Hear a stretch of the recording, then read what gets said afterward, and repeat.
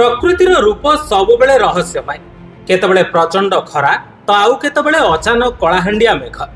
वर्तमान ओडिशा आकाश रे चलीची पाणीपागर लुचकाली खेल। गोटाए पटे राज्यर विभिन्न स्थान रे काल बैशाखीर तांडव जनजीवन को अस्तव्यस्त करि पकाउथिबा बेले अन्यपटे समुद्र भितरु आसुछि एक बड़ विपदर खबर।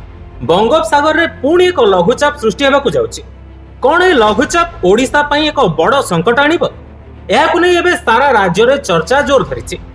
वर्तमान ओडिशा रे जो अदिनिया वर्षा और वज्रपात देखिबाकु मिलुछि तार मुख्य कारण हेउछि केंद्रीय भारत उपरे रहितबा एक ट्रप लाइन बा निम्न चाप रेखा।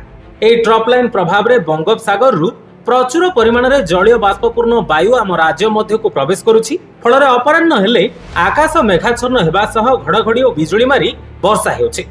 किंतु ए काल बैशाखीर विपद टळी नथिबा बेले समुद्रर अशांत रूप पाणीपाग विज्ञानी माननकु चिंतारे पकाइछे। अंतर्जातीय पाणीपाग मॉडेल गुड़िकर आकलन अनुसार आसंता 10 तारिख बेलकु दक्षिण पूर्व बंगोपसागर रे एक नुआ लघुचाप क्षेत्र सृष्टि हेई पारे। विशेषकर अमेरिकीय मॉडेल जीएफएस एवं यूरोपीय मॉडेल ईसीएमडब्ल्यूएफ उभय नुआ सिस्टम को नहीं एकमत होइछन्ते।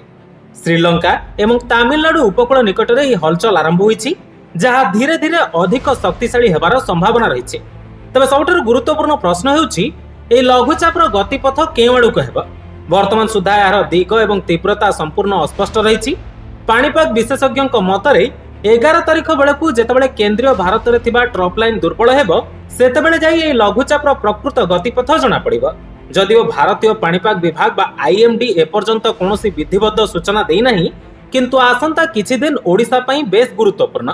बंगोपसागर रो झड़ ओडिशा उपकूल आड़कू मुहाइब ना अन्य केउ आड़कू जीव ताहा केवल समय ही कहब।